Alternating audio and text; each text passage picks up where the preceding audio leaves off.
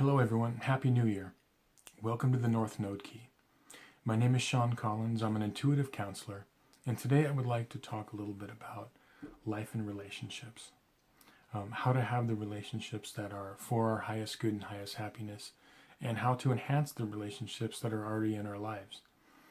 Over the years doing intuitive readings with clients, I've narrowed it down to three main areas of life that we have to look at first and examine before we can really make heads or tails of the relationships that are in our life. Those three areas are self-examination, self-reflection, and adjustment, self-adjustment. That's one.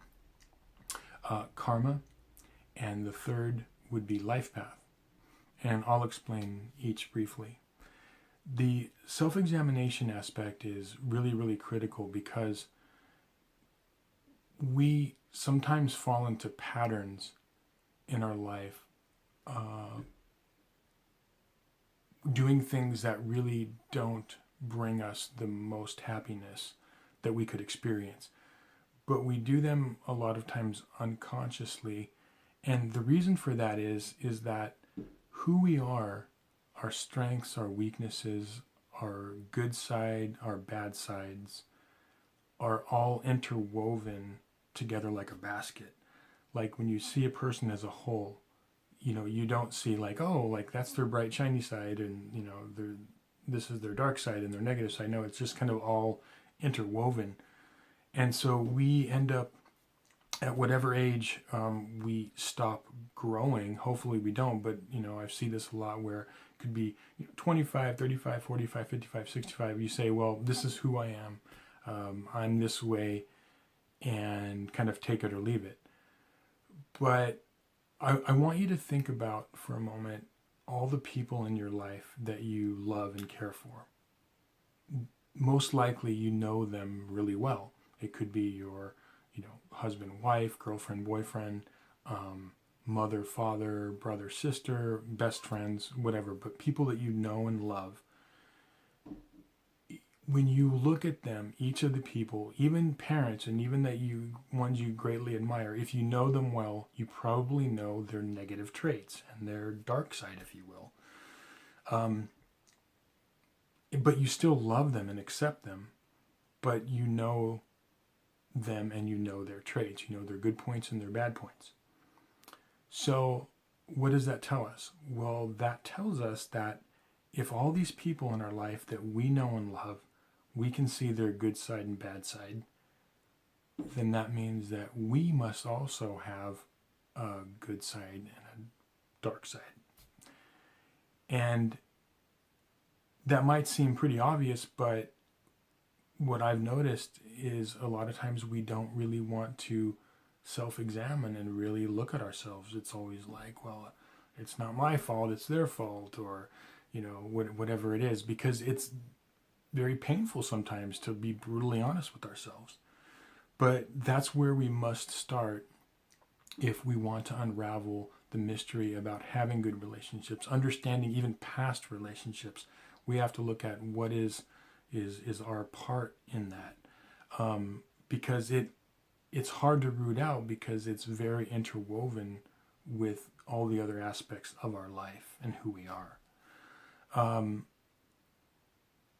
So the next part would be karma. Karma simply means, the word itself simply means action, and it doesn't mean payback or whatever. That's what Western society has kind of used it as. Oh, it's karma, man. Karma simply means action. It's not, we're not getting punished or rewarded based on good or bad by anyone, but it's there as a self-adjustment tool. And if we've repeated patterns in our life over and over again and we're not getting the results we want, it could be that we need to look at that, examine it, and we need to see how that has affected our life up till now. I'd like to use an analogy of a student. Let's say that there's a student who, has like slacked off. They could be, junior high, they could be high school. Let's say they've slacked off and they haven't really, done well. They haven't listened to teachers. They haven't been respectful to faculty members. But let's say they have, for some reason, something makes them self-reflect over a weekend, and they say, the way I've been isn't really going to get me in life where I want to go. So they begin to say, well, maybe I should change some things that I'm doing, thus the adjustment, and I'll have better results, and it'll get me to where I want to go. So they go to school that next Monday, let's say, and they start paying attention, they start being respectful, they start doing their homework, they start doing everything they need to do to be a good student. Well, do you think that their teachers, the faculty members, the other students are all of a sudden that same week going to be like, wow, this person is, look at them? No, they're going to be probably confused, and they're going to be like, well, what is this person on? Or it's a fluke. But because they've created karma. So they've put actions forth. And now, in order to change that karma, it takes time and effort. So if we think about our relationships, if we've done things over and over again certain ways, or thought a certain way, or been a certain way, that is going to affect the karma that's in and around our lives. And so, frankly, that's where a lot of people give up. They see, well, I need to make these changes in my life, but no one's really seems to be supporting me. So, and a lot of people give up. But it's that effort of self-reflecting and then dealing with the karma that we have and putting that effort forth, and you can steer your life in a better direction. But we definitely have to deal with what we've already kind of put out there. It doesn't just disappear like overnight. The last aspect would be life path. And that's kind of what this whole channel is about.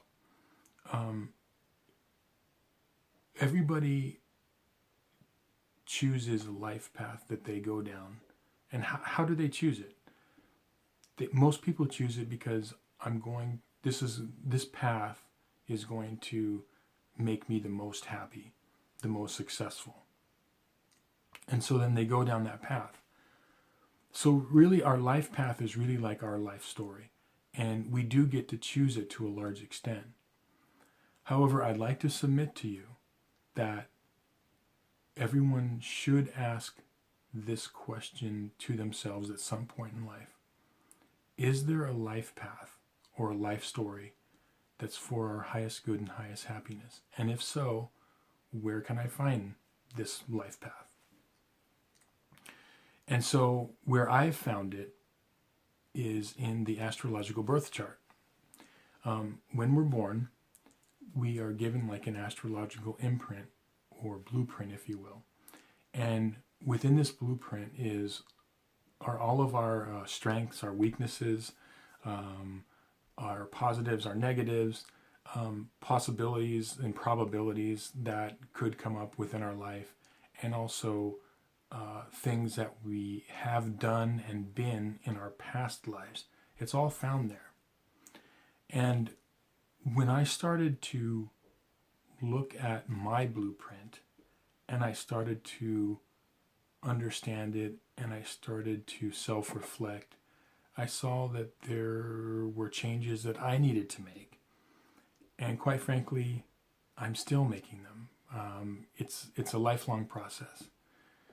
But I can say that it's not an easy process, but it is well worth the effort. Because what we're doing is we're moving down a path that is going to make us the most happy and the most fulfilled. So going along with that life story again, our life path is our life story. How many times have we heard that somebody becomes a famous actor or actress, rock star, movie producer, whatever, and they get to the end of that road of success and they are totally unfulfilled and unhappy.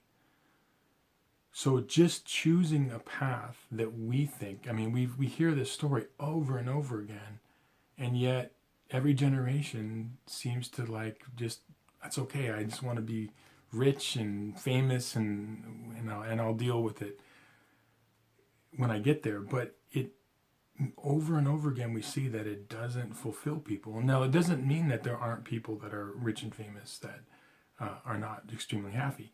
That story is supposed to play out among some people. So the trick is finding your story. What is going to make you most happy and most fulfilled? Not what you think is, but what really actually will. And so when you look at your astrological birth chart and you're able to see your strengths, your weaknesses, where you've gone wrong in the past, where the relationships in your life have gone wrong in the past, or things you've done right for that matter, then you can make the adjustments and move toward the path that's going to be the best for you. So how do you know if you're following your path and if you're following the story that's for your highest good? Simply this. If you're watching this video and you're completely satisfied with your life, if you're completely satisfied with your relationships, if you've made peace with all of your past relationships, and if basically you're happy, then you're on path. But if there are areas of your life that keep coming up that you're not finding the relationship that fulfills you, or the relationships in your life aren't working, or whatever it seems to be, even career, all of it is found in your astrological birth chart. So that idea of living your life as a story is super powerful. And when you think of it that way, you kind of your life becomes, more interesting in the sense that you become the leading character in your own movie, in your own story. And you're on path when each step you take, you seem to be more happy and more fulfilled. Now, it doesn't mean that knowing your life path and your life story, your life's going to go perfectly and there won't be any bumps in the road. Well, no. Life happens, and you've got a bunch of billions of other humans on the planet that we're dealing with, and so we're all affecting each other.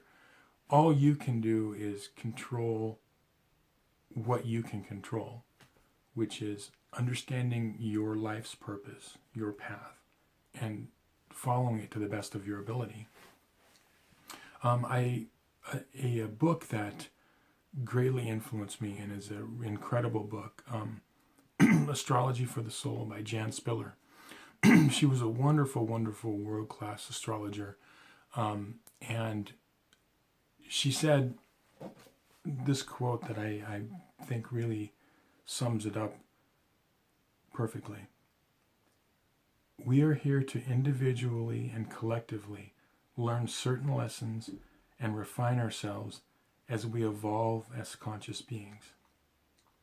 And it's really true. I mean, that says it all right there. That's what we're here. We're here to refine ourselves.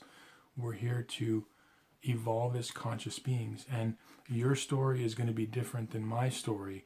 And that's okay. And if we truly look for and search for our life path, our story, and we find the story that will make us the most happy and most fulfilled, we can live a life that's full of joy and has meaning. Living a perfect life is not the goal. It's to live a meaningful life and to have as many experiences of love and joy that we can. Thank you for listening, everybody. It's been my extreme honor. If you'd like a personal reading, there's a link down below. Would love to help you.